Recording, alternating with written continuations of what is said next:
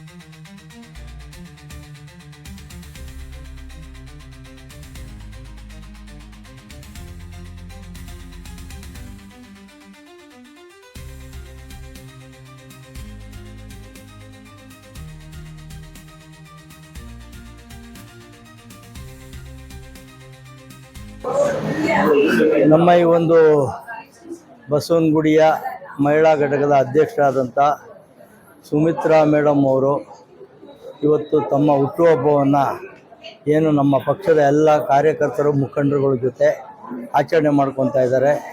ಭಗವಂತ ಅವರಿಗೆ ಆಯುಷ್ಯ ಆರೋಗ್ಯವನ್ನು ಕೊಟ್ಟು ಮುಂದಿನ ದಿನಗಳಲ್ಲಿ ಅವರಿಗೆ ರಾಜಕೀಯವಾಗಿ ಒಂದು ಉನ್ನತ ಭವಿಷ್ಯ ಸಿಗಲಿ ಅಂತ ಹೇಳಿ ಮತ್ತೊಮ್ಮೆ ಅವರಿಗೆ ಹುಟ್ಟುಹಬ್ಬದ ಆರ್ಥಿಕ ಶುಭಾಶಯ.